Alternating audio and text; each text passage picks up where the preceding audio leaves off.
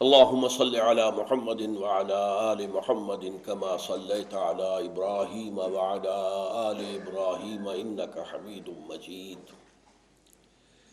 اللهم بارك على محمد وعلى آل محمد كما باركت على إبراهيم وعلى آل إبراهيم إنك حميد مجيد.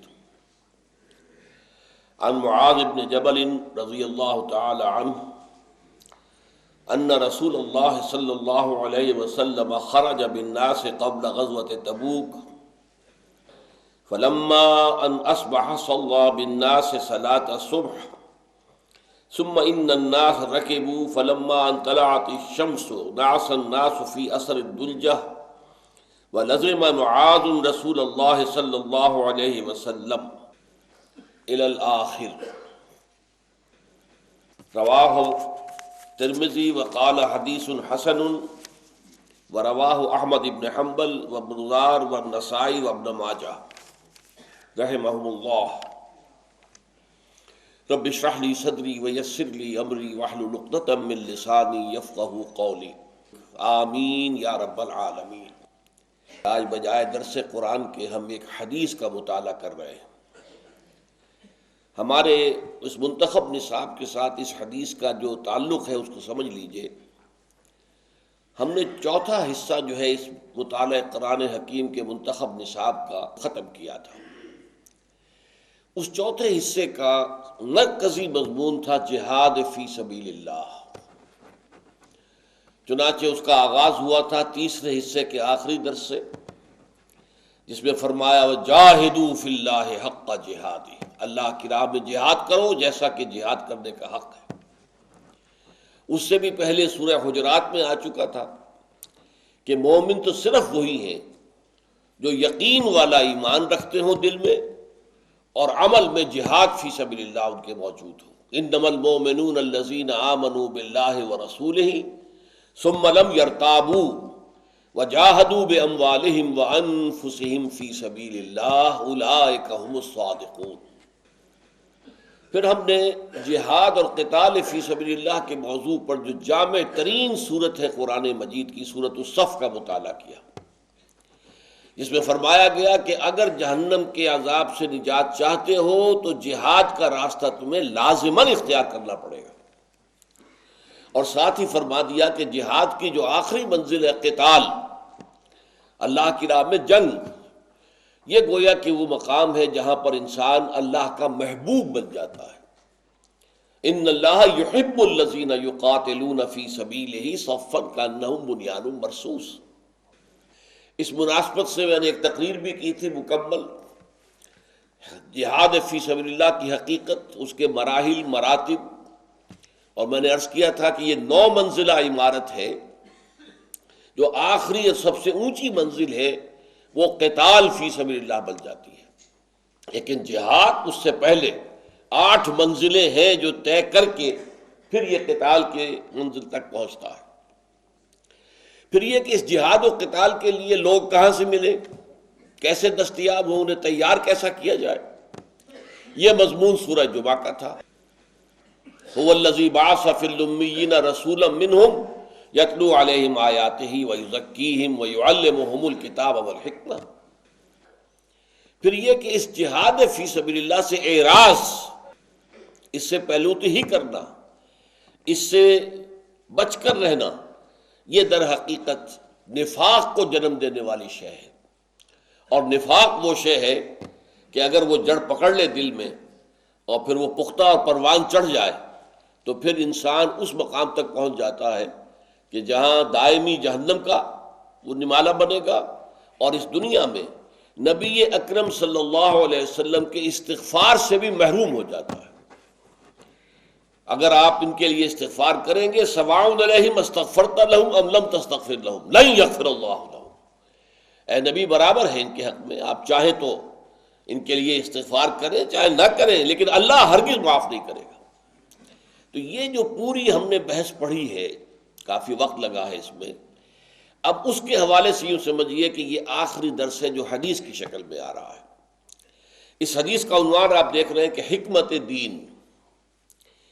حکمت دین کا مفہوم پہلے سمجھ لیجئے حکمت دین کے دو حصے ہیں، ایک حکمت ایمان، یعنی جو ہمارے عقائد جنہیں ہم کہہ دیتے ہیں، یہ در حقیقت ایک ویلٹن شواؤنگ ہے، یہ ایک ورلڈ ویو ہے، یہ ایک فلسفہ ہے، فلسفی آف ایمان۔ ایمان کی فلسفی کیا ہے؟ ایمان باللہ کے لیے کیا دلائل ہے، کیا قواعد ہے؟ ایمان بالآخرہ کے لیے دلائل کیا ہے؟ ایمان بالرسالت کے لیے دلائل کیا ہے؟ تو یہ در حقیقت اسے ہم کہیں گے حکمت ایمانی۔ جیسے کہ مولانا روم کا ایک شعر ہے بہت پیارا، چند خانی حکمت یونانیہ، حکمت ایمانیہ را ہم بخواں، کہ تم کب تک یونانیوں کی حکمت کے اندر سرگرداں رہو گے، پڑھتے رہو گے، افلاطون کو پڑھو گے اور ارسطو کو پڑھو گے؟ آپ کے علم میں ہوگا یا ہونا چاہیے کہ مغرب کا پورا فلسفہ جو ہے وہ انہی دو فلسفیوں کی بنیاد پر کھڑا ہوا ہے۔ دو ہی سکولز آف تھاٹ ہیں، ان میں سے ہر ایک کی پھر برانچز ہو جاتی ہیں، وہ دوسری بات ہے۔ بیسیکلی مغربی فلسفہ جو ہے یہ آئیڈیلزم ہے، اور یہ آئیڈیلزم جو ہے یہ در حقیقت فلسفہ ہے افلاطون کا، پلیٹو کا، یا پھر ریئلزم ہے، اور ریئلزم جو فلسفہ ہے وہ اس کے شاگرد سقراط کا ہے۔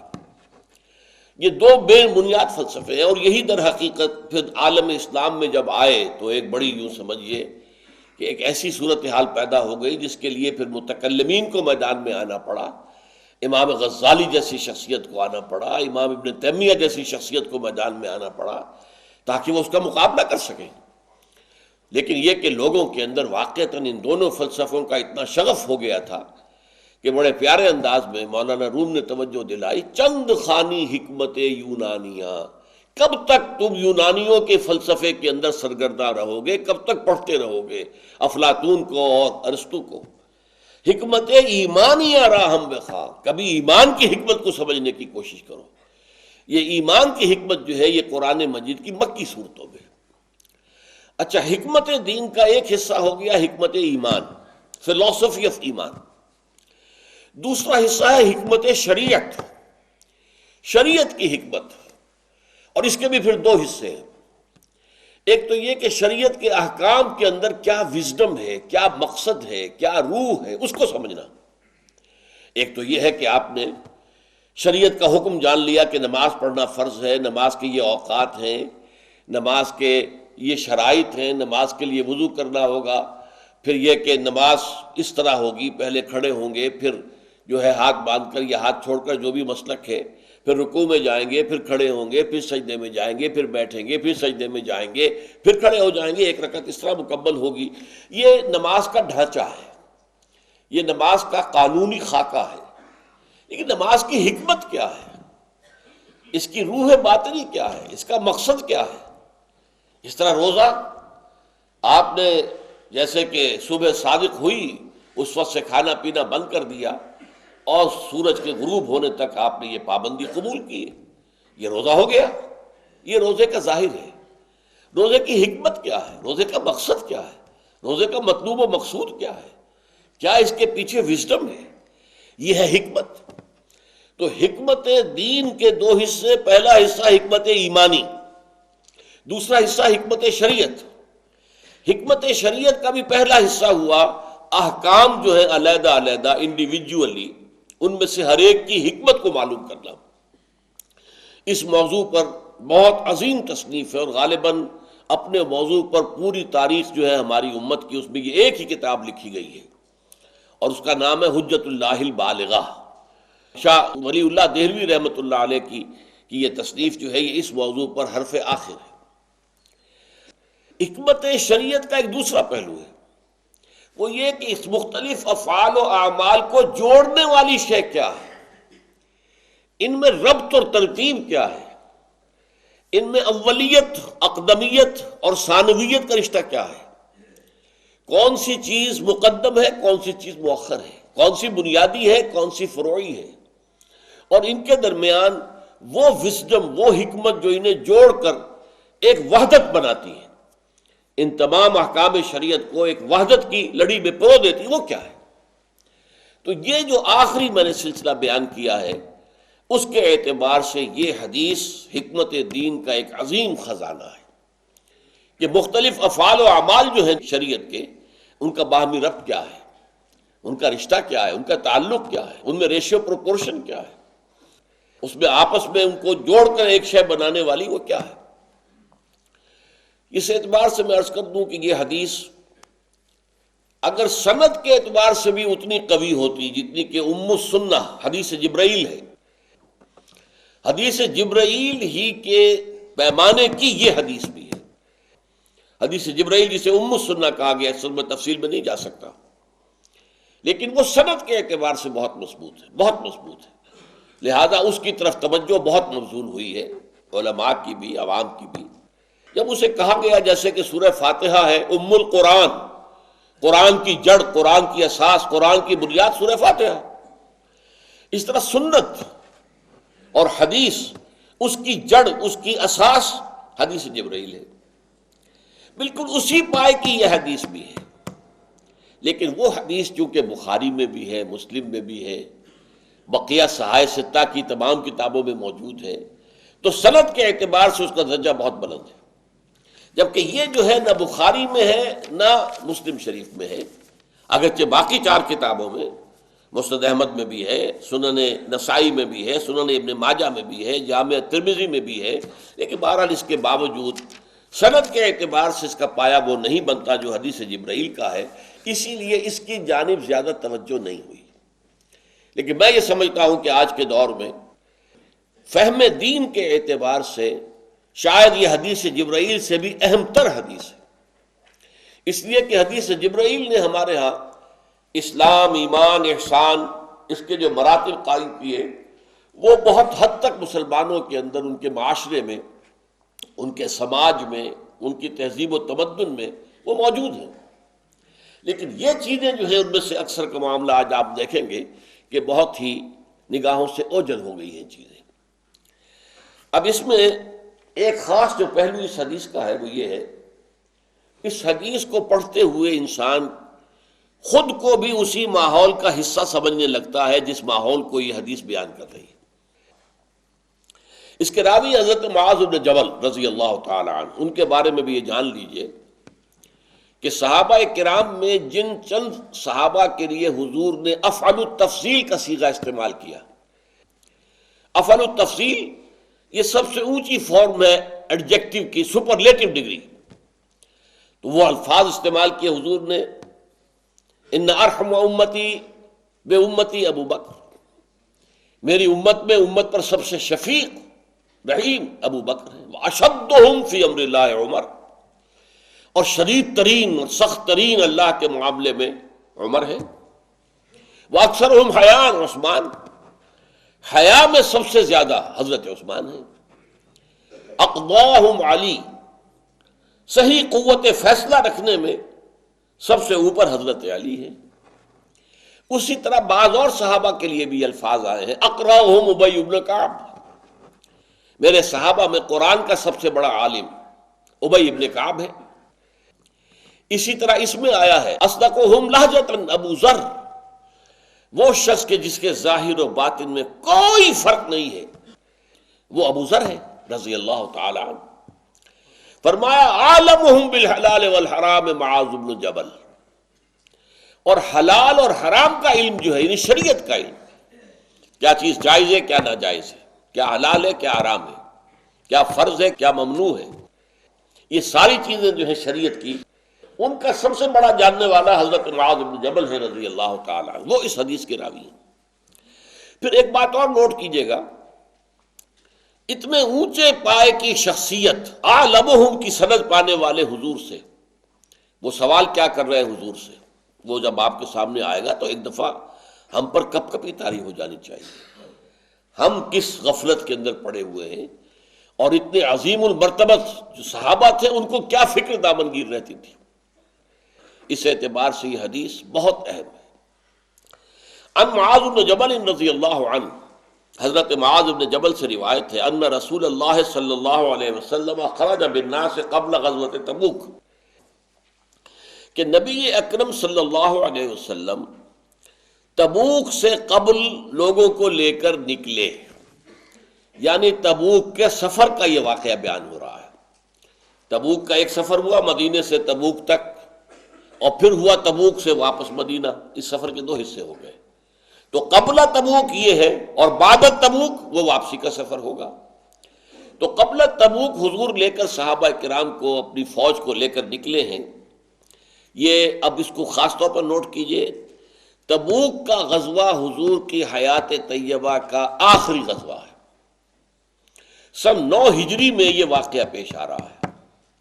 تو گویا کہ اب آپ کے پاس ایک ٹائم فریم بھی ہو گیا کہ یہ کس وقت کا واقعہ ہے جو بیان کیا جا رہا ہے. ایک شخص کا معاملہ آ گیا، کون شخص ہے کہ جو سوال کر رہا ہے حضور سے، اور اس کے جواب کیا دیا حضور نے. اور یہ کون سا وقت ہے؟ یہ اسلام کا ابتدائی دور نہیں ہے، بلکہ یوں سمجھیے کہ حضور کی حیات طیبہ کے آخری ایام کا واقعہ ہے. فلما ان اصبح، تو جب صبح ہو گئی، صلی بالناس، تو حضور نے لوگوں کو امامت کرائی، یعنی نماز جو ہے فجر کی پڑھی، صلاۃ صبح، صبح کی نماز. ثم ان الناس رکبوا، پھر لوگ دوبارہ سوار ہو گئے اپنی سواریوں پر سفر جاری رکھنے کے لیے. یہاں نوٹ کیجئے کہ سفر جو ہوتا تھا صحرا میں وہ رات کو ہوتا تھا. اصل میں دن میں شدید تمازت دھوپ جو ہے وہ آگ برسا رہا ہو تو سفر نہیں ہو سکتا. تو سارا سفر رات کو ہوتا تھا، اور رات کو بھی پھر صبح کا وہ وقت جو ابھی ٹھنڈ ہے، ابھی دھوپ زیادہ تیز نہیں ہے، اس وقت تک بھی سفر کرتے تھے. اس حوالے سے رات بھر سفر کیا، اور صبح کا وقت فجر کا ٹائم ہو گیا تو فجر کی نماز پڑھی. پھر لوگ دوبارہ جو ہے اپنی سواریوں پر سوار ہو گئے. فلما ان طلعت الشمس نعس الناس فی اثر الدلجہ، تو جب سورج طلوع ہو گیا تو لوگ اونگنے لگے رات کی شب بیداری کے سبب سے. رات بھر جاگے تھے، سفر کیا تھا، تکان بھی تھی، جسے ہم کہتے ہیں جو ہے بے خوابی کی کیفیت تھی، نیند نہیں ہوئی تھی. تو اب وہ یعنی اونٹنیوں پر سوار تو ہو گئے ہیں لیکن اونگ رہے ہیں. فلما ان طلعت الشمس نعس الناس فی اثر الدلجہ ولزم معاذ رسول اللہ صلی اللہ علیہ وسلم، حضرت معاذ نے اپنے آپ کو چپکا لیا رسول اللہ صلی اللہ علیہ وسلم سے.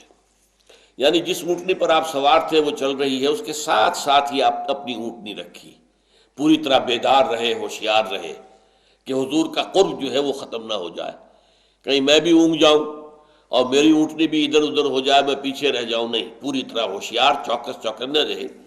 اور انہوں نے اپنے آپ کو حضور کے ساتھ گویا کہ نتھی کر لیا.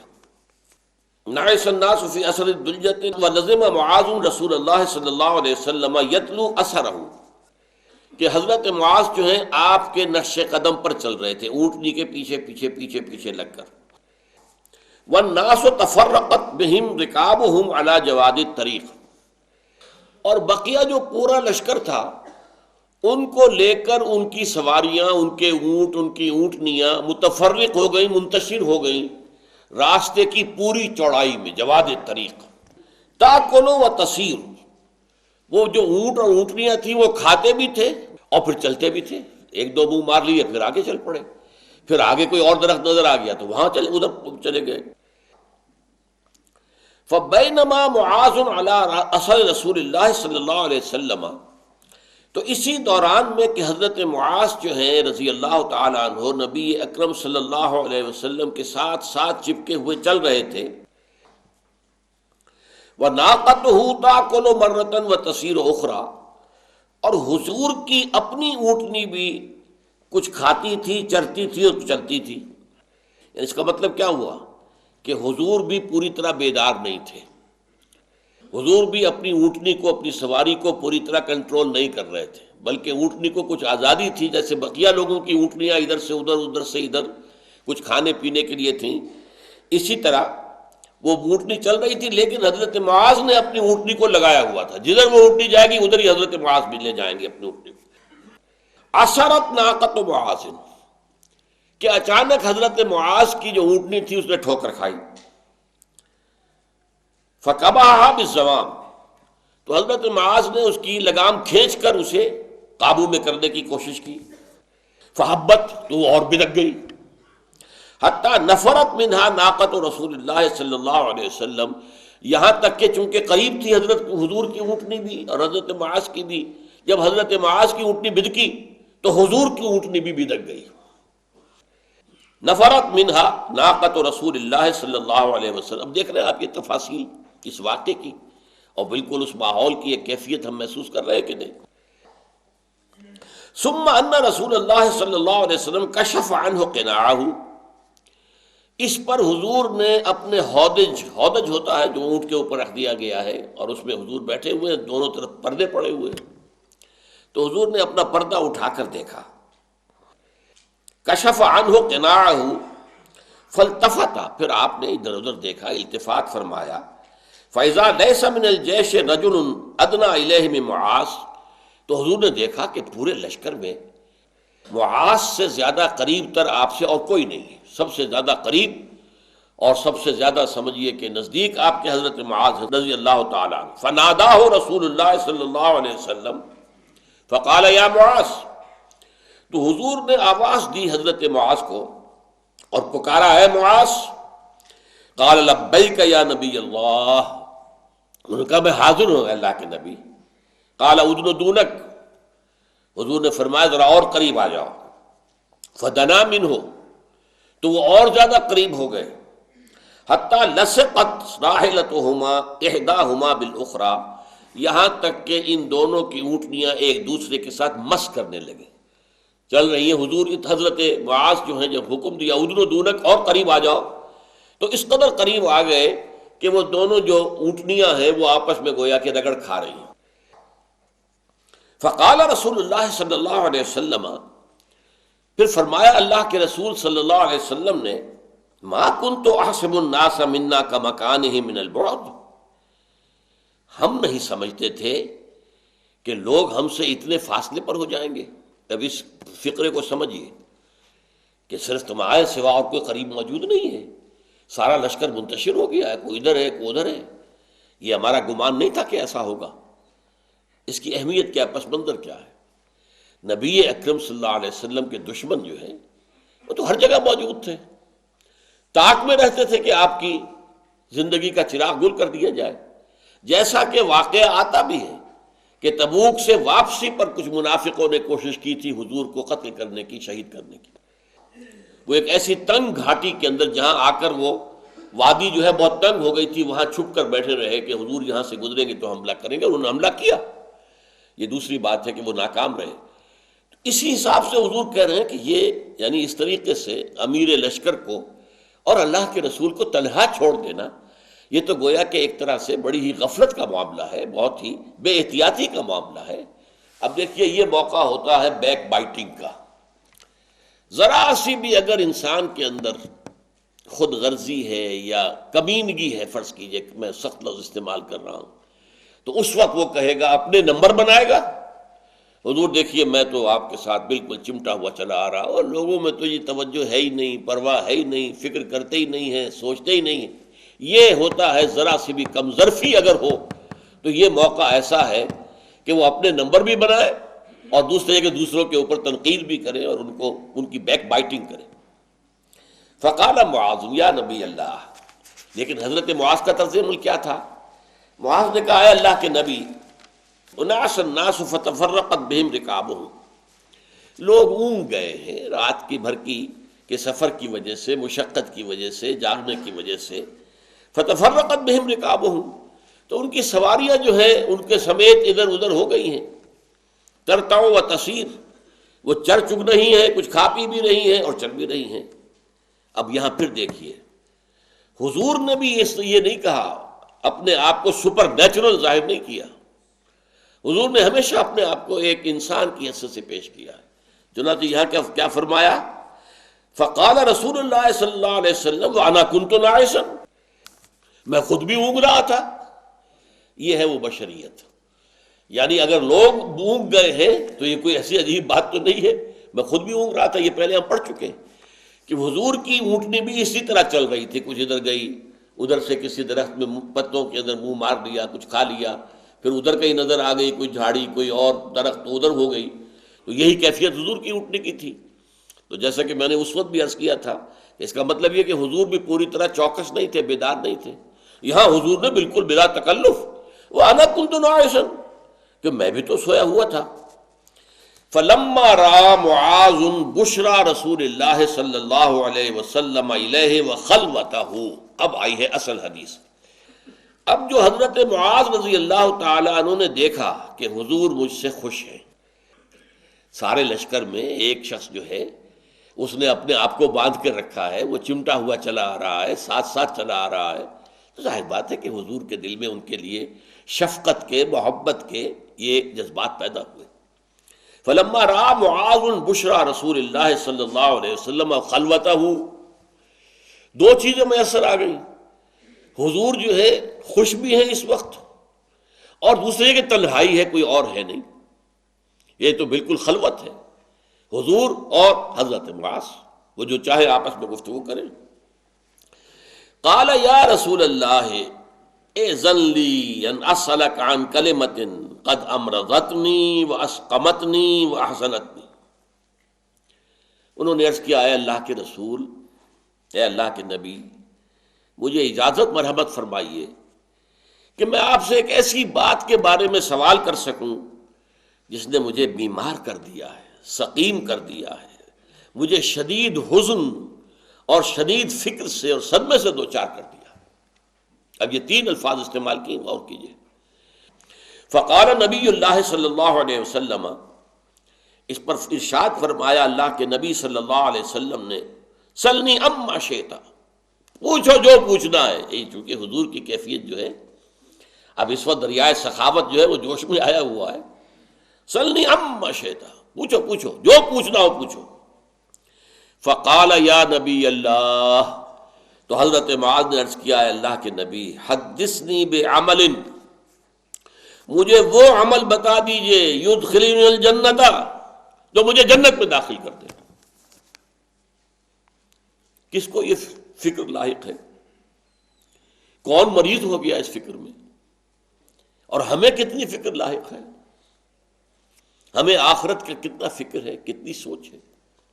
اور یہ کون ہے؟ عام انسان نہیں، حضور کے صحابی، صحابہ میں سے بھی ٹاپ کے ان چند صحابہ میں سے ایک کہ جن کے لیے آپ نے افعل التفضیل کے صیغے استعمال کیے، وہ صحابی کہ جن کو حضور نے گورنر بنا کر یمن بھیجا، وہ صحابی کہ جن سے حضور نے امتحان جب ان کا لیا، تم کیا کرو گے اے معاذ، جب بحیثیت گورنر تمہارے سامنے مسائل درپیش ہوں گے، فیصلے کیسے کرو گے؟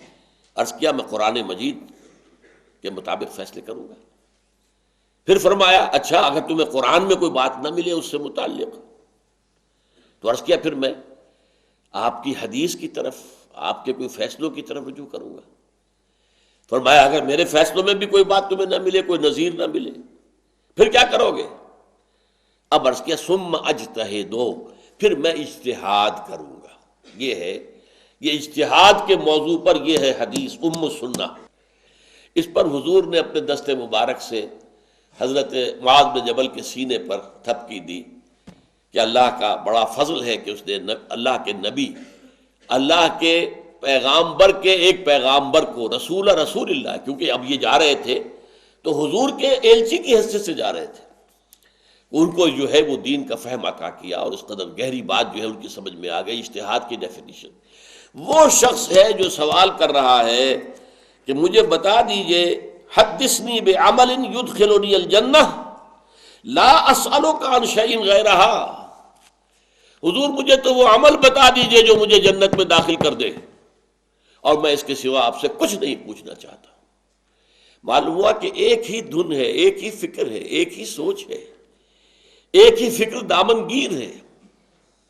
جیسے کہ حدیث میں آتا ہے، من جعل ہمومہ ہما واحدا ہم الآخرۃ، جس نے اپنے تمام پریشانیوں اور مسائل اور دنیا کے جو بھی معاملات اس کو درپیش ہیں، ان سب کو ایک فکر کے اندر غرق کر دیا۔ اسی طرح ایک انسان اپنی دنیا کی تمام پریشانیوں کو آخرت کی پریشانی میں مدغم کر دے، آخرت کی پریشانی اتنی دامن گیر ہو جائے کہ دنیا کی کوئی پریشانی جو ہے پھر اس سے پریشانی محسوس ہی نہ ہو۔ سب سے بڑا مسئلہ تو وہ ہے، ہمارے لیے اصل کریٹیکل ایشو تو وہ ہے۔ قال نبی اللہ صلی اللہ علیہ وسلم، بخن بخن لقد سالت بعظیم، لقد سالت بعظیم ثلاثا، یہ بخ جو ہے یہ ایک کلمہ ہے، میں اس سے بیان کیا کرتا ہوں بہت خوب بہت خوب. ہم بھی کرتے ہیں نا کسی کو تائید کرتے ہوئے، بہت خوب بہت خوب. آپ نے یہ بہت اچھا سوال کیا. تو بہت کا بے اور خوب کا خے، تو بخن جو ہے وہ اس معنی میں آ کر بہت ہی ہمارے لیے آسان ہو گیا اس کو یاد رکھنا. یہ بہت خوب بہت خوب. قد سالتا بعظیم، قد سالتا بعظیم، قد سالتا بعظیم. اے معاذ تم نے واقعتاً بہت بڑی بات کے بارے میں سوال کیا. اے معاذ تم نے واقعتاً بہت بڑی بات کے بارے میں سوال کیا. 3 دفعہ آپ نے دہرایا بخن بخن، لقد سالتا بعظیم، لقد سالتا بعظیم، لقد سالتا بعظیم.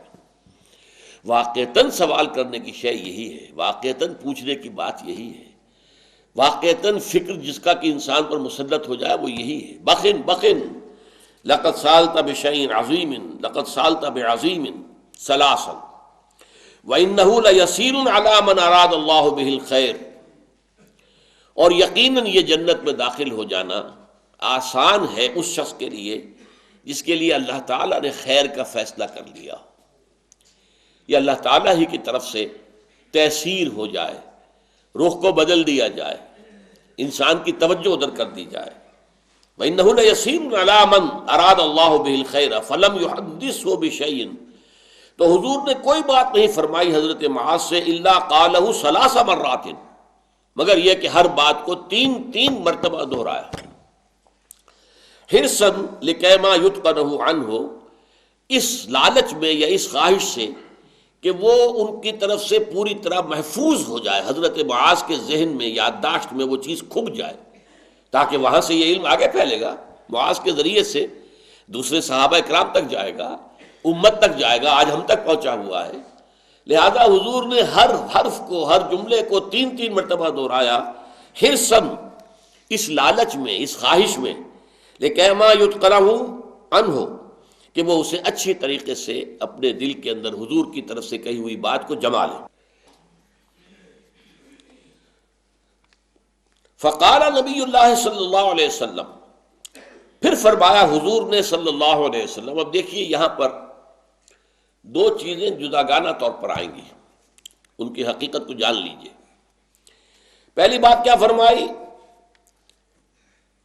تؤمنوا باللہ والیوم الآخر. دیکھو تمہارا یقین ہونا چاہیے اللہ پر اور یوم آخر پر. اچھا رسول کیوں نہیں کہا؟ خود تو بات کر رہے تھے نا، وہ ایمان تو گویا کہ موجود ہی تھا، سامنے موجود تھا، لہذا یہ اللہ اور آخرت کا ذکر کیا. تؤمنوا باللہ والیوم الآخر وتقیموا الصلاۃ، اور نماز کو قائم رکھو، وتعبدوا اللہ وحدہ، اور بندگی اور پرستش اور عبادت کرو اللہ کی، تنہا اسی کی. لا تشرک بہ شیئا حتی تموت، اور اس کے ساتھ کسی چیز کو شریک نہ کرو یہاں تک کہ تمہیں موت آ جائے. وانت علی ذلک، اور تم اسی کیفیت میں رہو. اچھا یہ جو ایک جامع جواب دیا گیا ہے، یہ تو دین کی کل حقیقت کو سمویا گیا ہے ایک واحد جملے کے اندر. یہاں دیکھیں کہ وہ جامع الفاظ استعمال ہو رہا. عبادت کا مفہوم صرف نماز روزہ نہیں ہے، نماز کا ذکر تو پہلے ہو گیا. عبادت کا مطلب پوری زندگی میں اللہ کی بندگی، اللہ کی اطاعت. یہ اطاعت اور بندگی ہم مانی الفاظ ہیں. اطاعت عربی ہے، بندگی فارسی ہے. جو شیخ سعدی کہتے ہیں، مسجدوں میں یہ شعر لکھے ہوئے ہوا کرتے تھے، اب تو ذرا ذوق بدل گیا ہے، اور طرح کی مسجدیں بن رہی ہیں، اس میں کسی طرح کے آرکیٹیکچرل ٹچز ہوتے ہیں، لیکن یہ اشعار اب زینت نہیں ہوتے وہاں. ورنہ پہلے کیا ہوتا تھا؟ زندگی آمد برائے بندگی، زندگی بے بندگی شرمندگی. دیکھو یہ زندگی تو ہمیں ملی ہی بندگی کے لیے. اگر بندگی ہی ہم نہیں کرتے تو زندگی شرمندگی کا موجب ہو جائے گی. کیا حاصل ہوگا اس کا؟ اور روز محشر کے جہاں گداز بود اولی پرسش نماز بود، یہ اشعار ہم بچپن میں پڑھتے رہے، ہمیں یاد ہوگا. یہ محشر کا دن جو ہوگا، قیامت کا دن، کہ جو بڑا جان گداز ہوگا، بہت سخت ہوگا، لیکن اس روز پہلی پرسش نماز کے بارے میں ہوگی. اولی پرسش نماز وہ، یہ اشعار ہوا کرتے تھے مسجدوں میں لکھے ہوئے. تو یہاں پر حقیقت میں اسی طرح شرک، لا تشرک بہ شیئا، اللہ کے ساتھ شرک نہ کرو. اب شرک بھی ایک بہت وسیع مفہوم کا ہے. شرک فی صفات ہے، شرک فی ذات ہے، شرک فی الحقوق ہے، شرک فی الاطاعت ہے، شرک فی محبت ہے. یہ بھی شرک ہے کہ کسی بھی شخص یا کسی بھی چیز کی محبت اللہ کی محبت کے برابر ہو جائے. شرک فی المحبت، اس دل کے سنگھاسن پر اللہ کی محبت کے سوا کوئی محبت نہ ہو. ہاں اللہ کی محبت کے ساتھ بریکٹڈ رسول کی محبت ہوگی، وہ ایک ہی شے ہے. اللہ کی محبت، رسول کی محبت، وہ ایک ہی شے ہے، وہ ایک آرگینک ہول ہے. اس کے علاوہ کسی شے کی محبت. تو شرک جو ہے شرک فی المحبت بھی ہے. اگر آپ کو دولت زیادہ محبوب ہے اللہ سے، کیا مطلب؟ آپ کہتے ہیں پیسہ آنا چاہیے حرام سے آئے کوئی پرواہ نہیں، تو اللہ سے زیادہ محبت ہو گئی نا دولت سے. اللہ کے حکم کو پسے پوچھ ڈالا اور حرام ذریعے سے کمائی کر رہا. تو یہ کہنے کو نام ان کا عبد الرحمن ہے، حقیقت میں عبد الدینار ہے. اسی لیے حضور نے فرمایا تائس عبد الدینار و عبد الدرہم، ہلاک ہو جائے دینار و درہم کا بندہ. دینار کا بندہ کون ہے؟ جس سے دینار جو ہے اور درہم جو ہے وہ زیادہ وزنی نظر آتا ہے اللہ کے احکام کے مقابلے میں. تائس عبد الدینار و عبد الدرہم. عبد الدینار نام ہے عبد الرحمن، حقیقت میں ہے عبد الدینار. یہ ہے اصل میں شرک. اور اطاعت، شرک فی الاطاعت، کسی بھی شخص یا ادارے کی اطاعت اللہ کی اطاعت سے آزاد ہو کر کر لی گئی، یہ شرک فی الاطاعت ہے. اللہ کا حکم یہ ہے، حاکم کچھ اور حکم دے رہا ہے، آپ نے حاکم کے حکم کی پیروی کی، آپ نے حاکم کو اللہ کے برابر بلکہ اس سے اوپر بٹھا دیا. شرک ہے کہ نہیں؟ وَمَن لَّمْ يَحْكُم بِمَا أَنزَلَ اللَّهُ فَأُولَٰئِكَ هُمُ الْكَافِرُونَ. جو اللہ کی اتاری ہوئی شریعت کے مطابق فیصلے نہیں کرتے وہی تو کافر ہیں. اولئک هم الفاسقون، اولئک هم الظالمون، وہی تو مشرک ہیں، وہی تو نافرمان ہیں. تو یہ جو ہے جامع الفاظ جو آئے ہیں ان کو ذہن میں رکھیے کہ یہاں پر وہ اصطلاحات استعمال کی گئی ہیں کہ جن میں نہایت جامعیت ہے، اس لیے کہ پورے دین کا خلاصہ اس ایک جملے میں آ رہا ہے. اگر تم جنت میں داخل ہونا چاہتے ہو تو تمہارے لیے لازم کیا ہے؟ تؤمنوا باللہ والیوم الآخر وتقیموا الصلاۃ وتعبدوا اللہ وحدہ لا تشرکوا بہ شیئا حتی تموتوا وانتم علی ذلک. اگر یہ کیفیت تمہاری برقرار رہی موت تک، اگر رہے 80 برس اس کیفیت میں، لیکن 81ویں سال جب آیا تو آپ ڈول گئے اور کہیں کسی شرک میں مبتلا ہو گئے تو وہ سارا کیا کرایا ختم ہو جائے گا. حبطت اعمالہم فی الدنیا والآخرہ. لہذا فرمایا اگر اسی حال میں تمہیں موت آئے، حتی تموت وانت علی ذالک، یہاں تک کہ تمہیں موت آ جائے اور تم اسی کیفیت پر برقرار رہو، اسی حال پر قائم رہو. فقال، حضرت معاذ نے عرض کیا، یا نبی اللہ، اے اللہ کے نبی، اعید لی، ذرا دوبارہ فرمائیے، ذرا دوبارہ ارشاد فرمائیے تاکہ میں یاد کر لوں. فَأَعَادَهَا لَهُ ثَلَاثَ مَرَّاتٍ. تو حضور نے اس بات کو حضرت معاذ کے لیے 3 مرتبہ دہرایا. ثم قال النبی، اب یہ ہے موقع جو وہ اصل حکمت والی بات جو آ رہی ہے وہ اب آ رہی ہے. ان چیزوں کا آپس میں ربط و تعلق کیا ہے؟ ثم قال نبی اللہ صلی اللہ علیہ وسلم، ان شئت حدثتک یا معاذ براس هذا الامر وذروۃ السلام منه. اے معاذ، اگر تم چاہو تو میں تمہیں یہ بھی بتاؤں کہ ہمارے اس امر، ہمارے دین کی جڑ کیا ہے، بنیاد کیا ہے اور اس کی چوٹی کیا ہے. اس سوال میں تو حضور نے صرف 2 الفاظ استعمال کیے ہیں، لیکن جب جواب دیا ہے آپ نے تو پھر اس میں وہ 3 حصوں کے اندر دین کی حقیقت کو واضح کیا ہے. جیسے ایک درخت ہے تو اس کی ایک جڑ ہے، جڑ سے اسے غذا مل رہی ہے. پھر ایک تنا کھڑا ہوا ہے، تنے کے بل پر وہ درخت کھڑا ہوا ہے. پھر اوپر وہ شاخیں ہیں، برگ و بار ہیں، پتے ہیں. آم کا درخت ہے تو آم لٹکا ہوا نظر آئے گا، نیمبو کا پودا ہے تو نیمبو لٹکے ہوئے نظر آئیں گے، کنوں کا پودا ہے کنوں لٹکے نظر آئیں گے. وہ اوپر ہوتا ہے، ٹاپ پر ہوتا ہے. درخت ظاہر بات ہے اس کے لیے لگایا جاتا ہے نا. آم کا درخت آم کے لیے لگایا جاتا ہے، لکڑی کے لیے تو نہیں لگایا جاتا. بلکہ یہ کہ جو بھی پھل ہے، جو مطلوب ہے اس کا، جو چوٹی پر ہوتا ہے، جڑ میں تو نہ آم لگے گا نہ نیمبو لگے گا. نہ تنے کے اوپر آم لگے گا نہ نیمبو لگے گا، وہ تو لگے گا اوپر چوٹی پر۔ تو اسی کو میں کہہ رہا تھا کہ حضور کا دریائے سخاوت جوش میں آیا، یعنی انہوں نے جو سوال کیا تھا اس کا جواب تو ہو گیا تھا، تؤمن باللہ والیوم الآخر وتقیم الصلاۃ وتعبد اللہ لا تشرک بہ شیئا، بس جواب مکمل ہو گیا۔ لیکن وَإِن شِئْتَ حدثتک یا معاذ، اے معاذ اگر تم چاہو تو میں تمہیں یہ بھی بتاؤں براس ھذا الامر، ہمارے اس امر ہمارے دین کی جڑ کیا ہے، بنیاد کیا ہے، وذروۃ الصنام، اور اس کی چوٹی کیا ہے۔ صنام کہلاتا ہے اونٹ کا کوہان، جو اس کے اونٹ کے جسم کے اندر وہ اونچائی ہے، اور پھر اس کی بھی چوٹی، کوہان کی چوٹی۔ فقال بأبی و امی انت یا نبی اللہ فحدثنی، اب ان کو کیا چاہیے تھا؟ اندھا کیا چاہے؟ دو آنکھیں، بھوکا کیا چاہے؟ دو روٹیاں۔ حضرت معاذ حکمت دین کے متلاشی، جن کو فکر یہ دامن گیر ہے کسی طرح جہنم سے نجات پا کر جنت میں داخل ہو جاؤں، اب جب دریائے سخاوت حضور کا جوش میں آیا ہے کہ تم نے جو کچھ پوچھا تھا اس کا جواب تو میں نے دے دیا، تم چاہو تو میں تمہیں کچھ اور بھی بتاؤں، میں تمہیں بتاؤں کہ اس امر کی چوٹی کیا ہے، اس کی جڑ کیا ہے۔ یہ ہے وہ حکمت کا دوسرا حصہ جو میں نے شروع میں بیان کیا تھا۔ حکمت شریعت کے دو حصے ہو گئے۔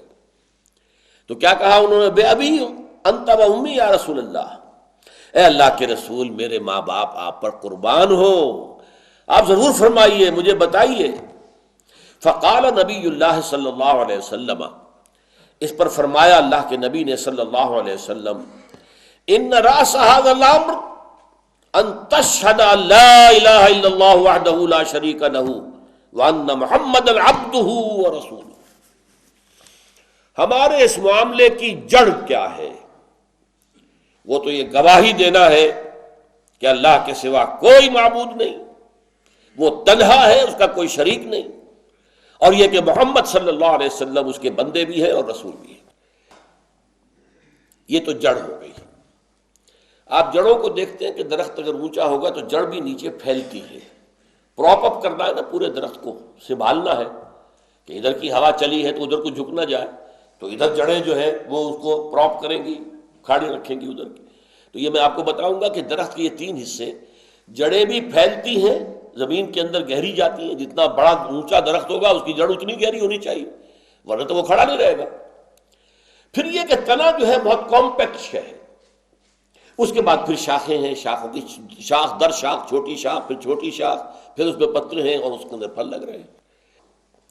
تو فرمایا ان راس ھذا الامر ان تشهد ان لا الہ الا اللہ وحدہ لا شریک لہ، کہ تم گواہی دو اس کی کہ اللہ کے سوا کوئی معبود نہیں، وہ تنہا ہے اور اس کا کوئی شریک نہیں، وان محمدا عبدہ ورسولہ، اور محمد صلی اللہ علیہ وسلم اس کے بندے ہیں اور رسول ہیں، وان قوام ھذا الامر، اور اس امر کو کھڑا رکھنے والی شے، قوام تنا جو ہے جو کھڑا رکھتا ہے درخت کو، اوپر کے برگ و بار کو سنبھال کر، وَأَنَّ قَوَامَ هَذَا الْأَمْرِ إِقَامُ الصَّلَاةِ وَإِيتَاءِ الزَّكَاةِ، نماز کا قائم رکھنا اور زکوٰۃ کا ادا کرنا۔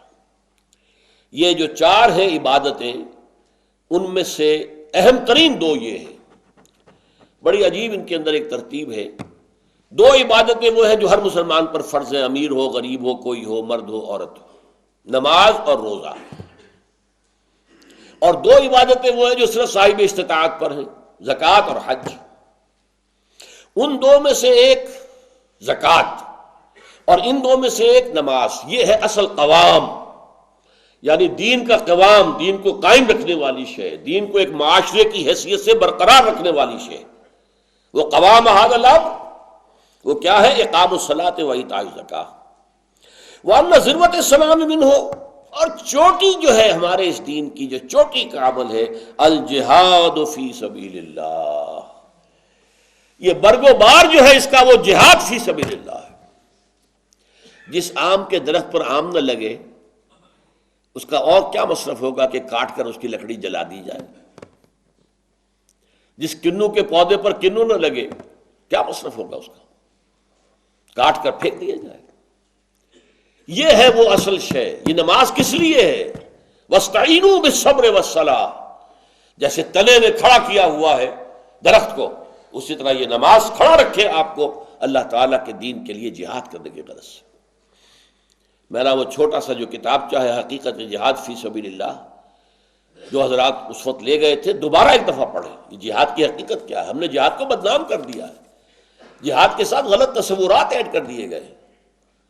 مسلمان جب جنگ کرے جہاد ہے، ہو سکتا ہے کوئی مسلمان بادشاہ ہے، فاسق ہے، فاجر ہے، بدماش ہے، شرابی ہے، زانی ہے، وہ اپنے صرف عیش کو بڑھانے کے لیے، اپنے جو ریونیو ہے اس کو بڑھانے کے لیے کسی برابر کے ملک کے اوپر حملہ کرتا ہے تاکہ اپنی حکومت کو توسیع دے سکے، یہ جہاد فی سبیل اللہ ہوگا؟ لا حول ولا قوت الا باللہ۔ ہم نے جب جہاد کا لفظ اس طرح بدنام کیا ہے تو لہٰذا آج اغیار تو اسے خود پھیلائیں گے۔ پھر کچھ ہم نے اس کے اندر غلط کام کیا، کچھ انہوں نے آگے بڑھا دیا۔ ایک جہاد میں آپ کو بتا چکا ہوں، جہاد فی سبیل الحریہ، آزادی کے لیے جہاد، اس میں کوئی جان دے گا تو وہ شہید ہی شمار ہوگا، لیکن اسے جہاد فی سبیل اللہ مت کہو، اس کی کچھ اور شرائط ہے۔ وہ 9 منزلہ عمارت جو ہے 8 سیڑھیاں چڑھ کر وہاں پہنچا جاتا ہے قتال کے مرحلے پر۔ لہذا جہاد فی سبیل اللہ کو حضور نے دین کی چوٹی قرار دیا ہے۔ جڑ کلمہ شہادت، تنا ارکان اسلام، رکن کہتے ہیں ستون کو، ان چاروں کو جمع کر کے ایک ستون بنا دیجیے، ایک تنا بن جائے گا، اور اوپر پھر برگوبار جو ہے وہ جہاد فی سبیل اللہ۔ اب اس حدیث کے آخر میں ایک خاص جہاد کا ذکر ہو رہا ہے، اور وہ قتال فی سبیل اللہ جو ہے، جس کا میں نے عرض کیا ہے کہ وہ جہاد کی چوٹی ہے۔ ایک جہاد ہے جو چوٹی ہے پورے دین کی، تو اس جہاد کی بھی ایک چوٹی ہے، وہ ہے قتال فی سبیل اللہ۔ حضور صلی اللہ علیہ وسلم کی بعثت جو ہم نے پڑھا سورہ صف میں، وہ اس لیے تھی کہ دین کو غالب کرے، لہذا آپ نے تلوار ہاتھ میں اٹھائی، جنگیں کی، غزوہ بدر ہو، غزوہ احد ہو، غزوہ احزاب ہو، جنگیں کی ہیں، تلوار چلائی ہے قتال فی سبیل اللہ کے لیے۔ اور اس میں ایک خاص بات یہ تھی، اس کو سمجھ لیجئے، جس کا سورہ توبہ میں ذکر ہے، کیونکہ حضور خود بنی اسماعیل میں سے تھے، تو بنی اسماعیل پر گویا کہ آخری درجے میں اتمام حجت ہو گیا۔ اب اگر بنی اسرائیل ایمان نہیں لاتے تو ان کو وہی سزا ملنی چاہیے تھی جو قوم نوح کو ملی تھی، قوم ہود کو ملی تھی، قوم صالح کو ملی تھی، ایکسٹرمینیشن۔ لہذا ان کے بارے میں حکم حضور کو یہ تھا، اے محمد ان کے ساتھ قتال جاری رکھو، فَاقْتُلُوهُمْ حَيْثُ وَجَدتُّمُوهُمْ، یہ سورہ توبہ کی پہلی 6 آیات ذہن میں رکھیے، یہاں تک کہ وہ گواہی دے، اشہد ان لا الہ الا اللہ واشہد ان محمد رسول اللہ، نماز قائم کریں، زکوٰۃ ادا کریں۔ اگر ایسا کریں گے تو ان کی جان چھوڑ دی جائے گی۔ لیکن باقی دنیا کے لیے یہ بات نہیں تھی، یہ صرف بنی اسماعیل یا ان کے تابع جو لوگ تھے عرب میں ان کے لیے تھا۔ باقی دنیا کے لیے کیا تھا؟ دیکھو بھائی، تم اسلام لے آؤ، ہمارے برابر کے ساتھی ہوگے، بھائی ہوگے ہمارے، ہم یہ نہیں کہیں گے ہمارے حقوق زیادہ ہیں، ہم سینئر مسلمان ہیں، تم جونیئر مسلمان ہو، نہیں، سب کے برابر۔ اور اگر یہ نہیں منظور، مسلمان نہیں ہوتے، تم یہودی، نصارہ، مجوسی، ہندو بن کر رہنا چاہتے رہو، لیکن تمہیں اسلام کی اطاعت کرنی پڑے گی، ریاست اسلامی ہوگی، قانون اللہ کا ہوگا، نظام اسلام کا ہوگا۔ ہاں اس کے نیچے تم یہودی رہو، سینیگاگس کو جاؤ، تم عیسائی رہو، جو چاہو، ٹرینٹی کے اندر بلیو کرو، تثلیث کو مانو، اور جاؤ اپنے چرچوں میں، اس میں ہمیں کوئی اعتراض نہیں ہوگا۔ اور اگر یہ بھی منظور نہیں ہے، پھر آؤ میدان میں، تلوار ہمارے اور تمہارے درمیان فیصلہ کرے گی۔ لیکن یہ کہ جو عرب کے لوگ تھے، اصل مشرکین عرب، بنو اسماعیل اور ان کے تابع لوگ، ان کو یہ تھرڈ آلٹرنیٹو نہیں تھا کہ تم رہ سکتے ہو شرک کے اوپر قائم، شرک کرو، لیکن یہ کہ اسلامی ریاست کی بالادستی تسلیم کر دو اور جزیہ دو ہاتھ سے، نہیں، یہ ان کے لیے نہیں تھا، یا ایمان لاؤ یا قتل۔ یہ اس کا ذکر ہو رہا اس حدیث کے آخری حصے میں۔ اس کو نہ سمجھنے سے بہت مغالطے ہو سکتے ہیں، اس لیے میں نے اس کا پس منظر آپ کو سنا دیا۔ وَأُمِرْتُ، فرمایا، انما امرت، اے معاذ مجھے اس کا حکم ہوا ہے، ان اقاتل الناس، یہاں تک کہ میں قتال کرتا رہوں لوگوں سے، یا مراد ہے اہل عرب، حتی یقیموا الصلاۃ ویؤتوا الزکاۃ، یہاں تک کہ وہ نماز قائم کریں، زکوٰۃ ادا کریں، وَيَشْهَدُوا أَن لَّا إِلَٰهَ إِلَّا اللَّهُ وَحْدَهُ لَا شَرِيكَ لَهُ، اور گواہی دے کہ اللہ کے سوا کوئی معبود نہیں اور وہ اکیلا ہے، تنہا ہے اور اس کا کوئی شریک نہیں، وَأَنَّ مُحَمَّدًا عَبْدُهُ وَرَسُولُهُ، اور محمد صلی اللہ علیہ وسلم اس کے بندے اور رسول ہیں۔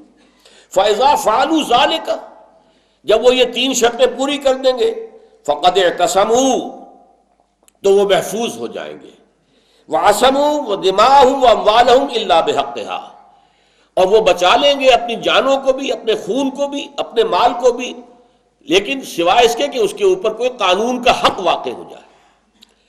اگر کوئی جرم کرے گا تو اس کی سزا تو ملے گی، چوری کرے گا تو ہاتھ کٹے گا، لیکن اس کے علاوہ ان کی جان و مال سے کوئی تعرض نہیں کیا جائے گا، انہیں مسلمان تسلیم کر لیا جائے گا۔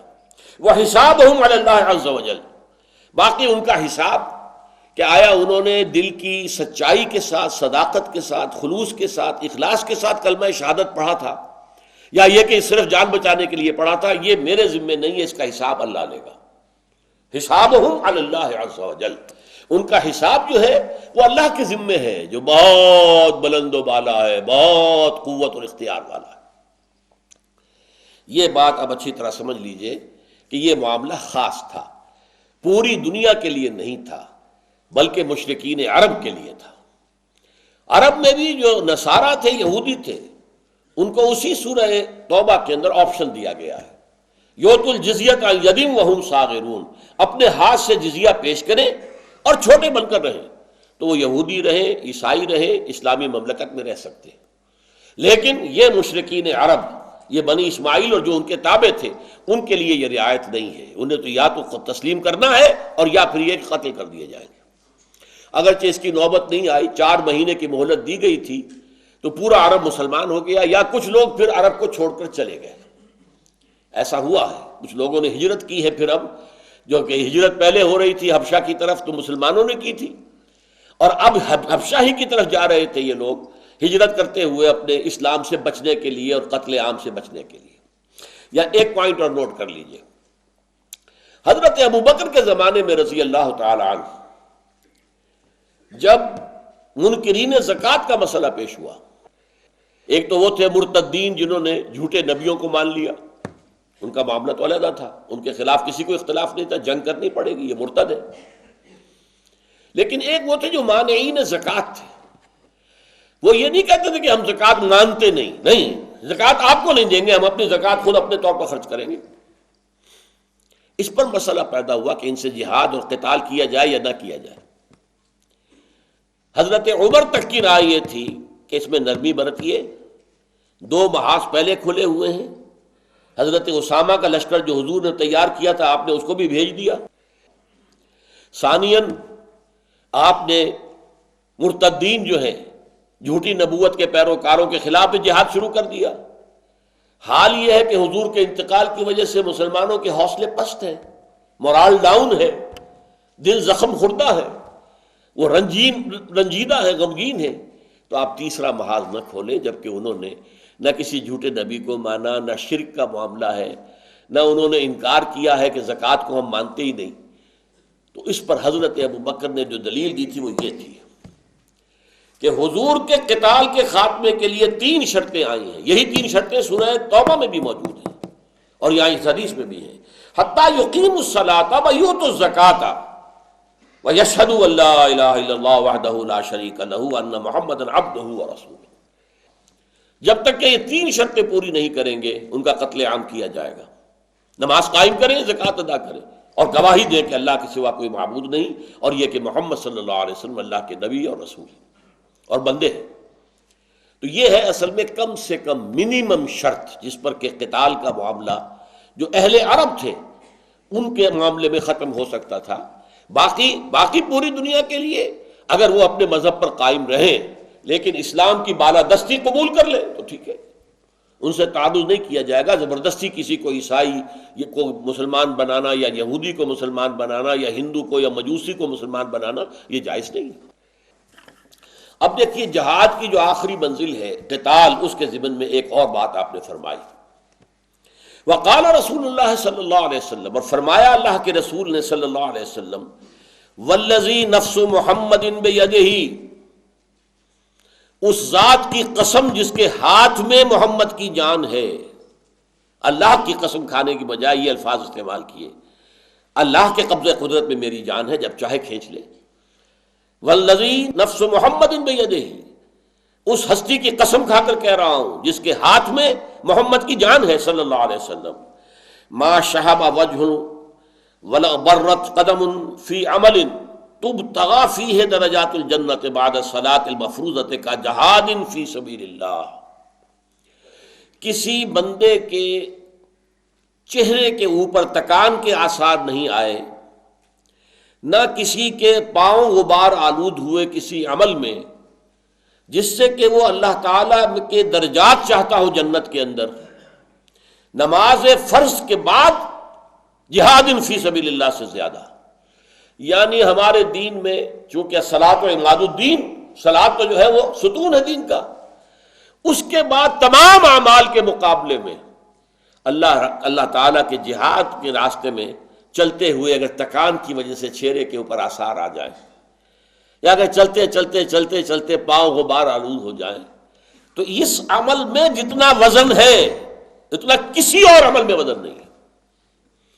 ساری رات قیام اللیل میں گزار دیجئے وہ وزن نہیں ہوگا، ہر روز روزہ رکھیے وہ وزن نہیں ہوگا. والذی نفس محمد بیدہ، یہ ریشیو پروپورشن ہمارے یہاں رہا ہی نہیں. ہم تو واقف ہی رہ گئے نماز روزہ حج زکوٰۃ سے، اللہ اللہ خیر صلی اللہ، بہت تیر مارا عمرہ کر لیا، ایک نہیں دو نہیں تین نہیں چار کرتے جا رہے ہیں. اس جہاد کے مرتبے کو واضح کرنے کے لیے ایک دوسری مثال دے رہے ہیں. وَلَا ثَقَّلَ مِيزَانَ عَبْدٍ، اور کسی بندے کے اعمال کی جو ترازو ہوگی اللہ کے ہاں، اسے نہیں زیادہ بوجھل کیا جتنا کہ کدابۃ تنفق لہ فی سبیل اللہ اور یحمل علیہا فی سبیل اللہ، جتنا کہ وہ جانور، وہ گھوڑا یا وہ اونٹ جو اللہ کی راہ میں کام آ گیا، یا یہ کہ جس پر سوار ہو کر اس اللہ کے بندے نے جہاد کیا، قتال کیا اللہ کی راہ میں، اس سے جو اس کے نیکی کا پلڑا جتنا بھاری ہوگا کسی اور شے سے بھاری نہیں ہوگا. یعنی اپنی جان دے دینا تو بہت بڑی بات ہے. ظاہر بات ہے، آپ کو معلوم ہے جنگ کے اندر تیر آ رہے ہیں تو کوئی تیر جو ہے سیدھا گھوڑے کی گردن میں جا لگا، ختم ہو جائے گا کہ نہیں. اونٹ کے نہر جس طرح کرتے وہیں گیا تیر جو ہے سیدھا، تو اونٹ بیچارہ کہ ختم ہو جائے گا. اور یہاں تنفقوں کا لفظ وہ آ گیا، انفاق کے معنی میں نے کہا تھا کہ انفاق مال بھی ہے اور بذل نفس بھی ہے، جان دے دینا بھی ہے. تو فرمایا ولا ثقل میزان عبد، نہیں کیا زیادہ بھاری کسی بندے کے میزان کو، نیکی کے پلڑے کو، کدابۃ، جتنا کہ وہ جانور، وہ سواری، تنفق لہ فی سبیل اللہ، جو کہ اللہ کے راہ میں جہاد کرنے میں کام آ گئی، او یحمل علیہا فی سبیل اللہ، یا جس پر سوار ہو کر اس نے اللہ کی راہ میں قتال اور جہاد کیا. یہ ہے ریشیو پروپورشن ہمارے دین کے اعمال کا. بدقسمتی سے یہ تصور ہمارا ہوتے ہوتے ہوتے ہوتے خالص مذہبی سا ایک معاملہ، بس کچھ عقائد ہیں اور کچھ جو ہیں وہ مراسم عبودیت ہیں، کچھ کھانے پینے شادی بیاہ کے قوانین ہیں، اللہ اللہ خیر صلی اللہ. اس کے علاوہ ہمارے سامنے دین کی وہ چوٹی، دین کا وہ عمل جس کے لیے کہ اس حدیث کے اندر واضح کیا گیا ہے، وہ پیش نظر ہی نہیں ہے. اقول قولی ھذا واستغفر اللہ لی ولکم ولسائر المسلمین والمسلمات.